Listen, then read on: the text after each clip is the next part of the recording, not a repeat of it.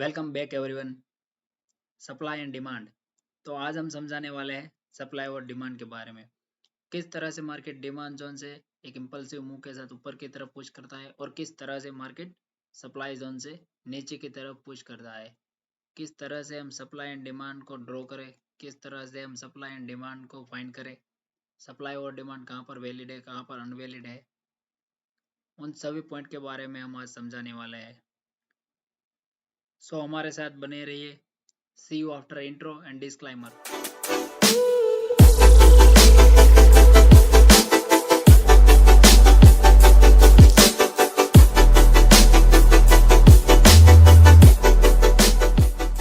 जब market bull structure में हो, जब मार्केट अप ट्रेंड में हो, तब हमको डिमांड जोन कहाँ और किस पॉइंट पर फाइंड करना है उसके बारे में बात करते हैं।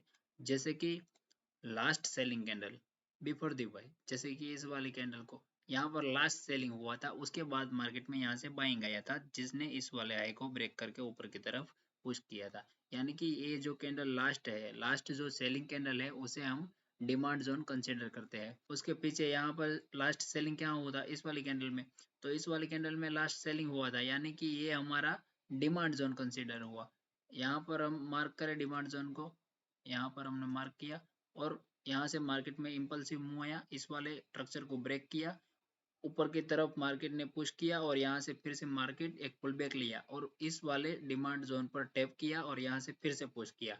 यानी कि जो लास्ट सेलिंग कैंडल है बिफोर द बाय, जब बाइंग आई है, उसकी लास्ट जो सेलिंग कैंडल है, उस कैंडल को हमें डिमांड जोन मार्क करना है। जब मार्केट वहां पर वापस आता है तो वहां से चांस होता है कि मार्केट फिर से पुश करे या फिर उसे फेल भी कर सकता है। अगर फेल करता है तो मार्केट नीचे की तरफ मूव करेगा और सप्लाई बनाएगा। यहाँ पर मार्केट डिमांड बना रहा है, तो जब जब मार्केट डिमांड पर आता है तो हम वहां से एक बाय की पोजीशन बनाते हैं ऊपर की तरफ। सो जो लास्ट कैंडल होती है बिफोर द बाय, जो लास्ट कैंडल होती है रेड कैंडल है, उसे हम डिमांड जोन कंसीडर करते हैं। वहां पर हम डिमांड जोन मार्क करते हैं। फिर मार्केट जब पुश करता है ऊपर की तरफ, फिर नीचे की तरफ जब आता है, तब वहां पर वो डिमांड जोन लेता है। वहां हम बाइंग की पोजीशन बनाते हैं और मार्केट वहां से ऊपर की तरफ पुश करता है। और जब मार्केट बेरिश हो और मार्केट स्ट्रक्चर बेरिश बना रहा हो, कंटिन्यूशन मार्केट लोअर लॉस बनाता हुआ नीचे की तरफ चल रहा होता है, तब हमको कहाँ पर सप्लाई मिलती है उसकी बात करते हैं। जैसे कि हमने पीछे देखा कि मार्केट बुलिश होता है तब हमको डिमांड देखनी होती है कि मार्केट में किस पॉइंट पर डिमांड है, और जब मार्केट यहाँ पर बेरिश है तो हमको बेरिश में मार्केट में सप्लाई कहाँ है उसको फाइंड करना है। बुलिश में हमने देखा कि मार्केट में जो लास्ट सेलिंग कैंडल होती है उसे हम डिमांड मार्क करते हैं, और यहाँ पर उसका उल्टा है जिसमें हमें देखना पड़ता है कि मार्केट में लास्ट बाइंग कहाँ पर है। लास्ट बाइंग जैसे कि यहाँ पर हुई थी, लास्ट बाइंग यहाँ पर हुई थी, उसके बाद मार्केट में एक इम्पल्सिव मूव के साथ नीचे की तरफ मार्केट ड्रॉप हुआ था। यानी कि मार्केट यहाँ से यहाँ गिरा, फिर से मार्केट ने थोड़ा सा यहाँ से रिकवरी करना स्टार्ट किया, ऊपर की तरफ यहाँ तक आया और यहाँ से हमें ए वाली कैंडल लास्ट बाइंग कैंडल यहाँ पर हमने मार्क किया, यहाँ पर सप्लाई जोन, यानी कि ये सप्लाई है। यहाँ से मार्केट में सेलिंग आया था इसलिए ये सप्लाई है।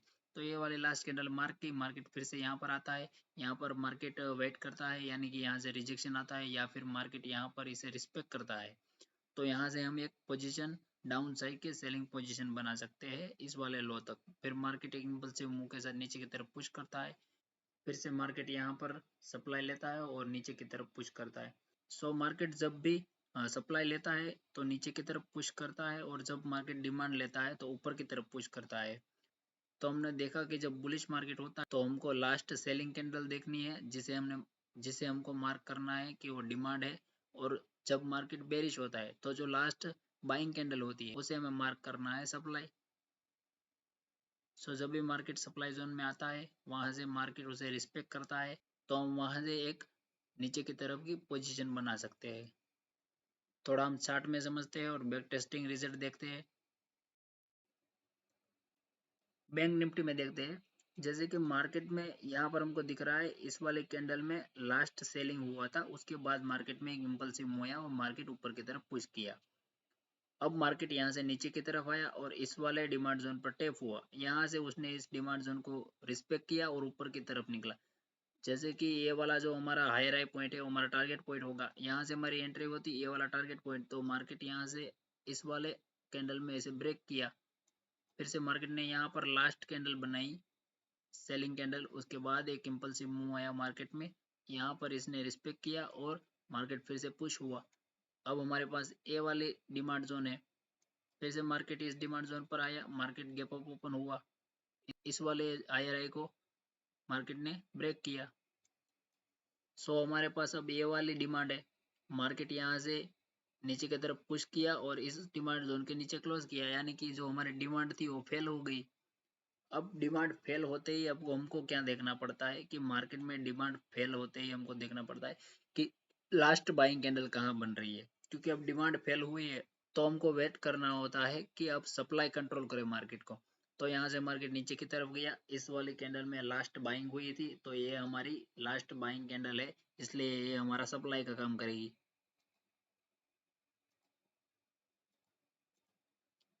सो मार्केट यहाँ से नीचे की तरफ आया और यहाँ से थोड़ा कंसोलिडेशन करता हुआ इस वाली सप्लाई को रिस्पेक्ट किया, यहाँ पर इस वाले सप्लाई जोन पर हमारी एंट्री होती, यहाँ हमारा टॉप लॉस होता और यहाँ से हम नीचे की तरफ ट्रेड बनाते, ये वाला पॉइंट हमारा टारगेट होता। तो जब मार्केट डिमांड को फेल करती है तो हमको वेट करना होता है कि मार्केट अब सप्लाई को कंट्रोल करे, जब मार्केट सप्लाई कंट्रोल करती है तो वहां से हम नीचे की तरफ की पोजीशन बनाते हैं, या फिर अगर मार्केट इस वाली डिमांड को रिस्पेक्ट करता तो मार्केट यहाँ से ऊपर की तरफ निकलता, तो इस वाले पॉइंट को हम टारगेट बनाते, हायर हाई को टारगेट बनाते। अगर मार्केट डिमांड जोन को रिस्पेक्ट कर रहा है तो हमारा टारगेट हायर हाई रहेगा, अगर मार्केट सप्लाई को रिस्पेक्ट करता है तो हमारा टारगेट लोअर लो पॉइंट होगा। तो इस तरह से मार्केट में सप्लाई व डिमांड वर्क करता है। डिमांड यानी कि मार्केट जब बुलिश स्ट्रक्चर बनाता हुआ ऊपर की तरफ चलता है और जब मार्केट में लास्ट सेलिंग कैंडल होती है उसे हम डिमांड मार्क करते हैं, और जब मार्केट वहां पर वापस आता है तो वहां से हम ऊपर की तरफ की पोजीशन बनाते हैं। और सप्लाई यानी कि जब मार्केट बेरिश स्ट्रक्चर बनाता हुआ नीचे की तरफ चलता है तो जो मार्केट में लास्ट बाइंग कैंडल होती है वहां हम सप्लाई मार्क करते हैं, और जब मार्केट वहां पर आता है और उसे रिस्पेक्ट करता है, उसे ब्रेक नहीं करता और रिस्पेक्ट करता है, तो हम वहां पर एक सेलिंग की पोजीशन बनाते हैं। सो सप्लाई एंड डिमांड को अच्छी तरह से समझने के लिए आपको बैक टेस्टिंग करना पड़ेगा, मार्केट को देखना पड़ेगा कि मार्केट किस पॉइंट पर सप्लाई ले रही है, किस पॉइंट पर मार्केट डिमांड ले रही है।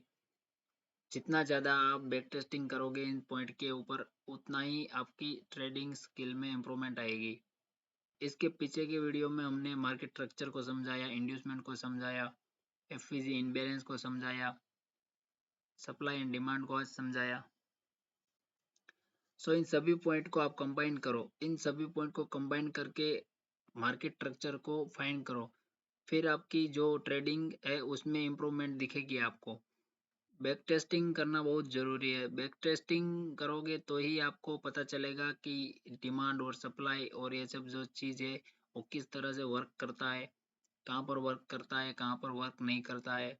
जितना ज़्यादा आप बैक टेस्टिंग करोगे, जितना जो बैक टेस्टिंग है उसके रिजल्ट को देखोगे, उसके बाद ही आपको पता चलेगा कि मार्केट किस तरह से इन सभी पॉइंट से चलता है। सो आपको वीडियो पसंद आई तो लाइक कीजिए, कमेंट कीजिए और सब्सक्राइब कीजिए। सी यू आफ्टर नेक्स्ट एपिसोड।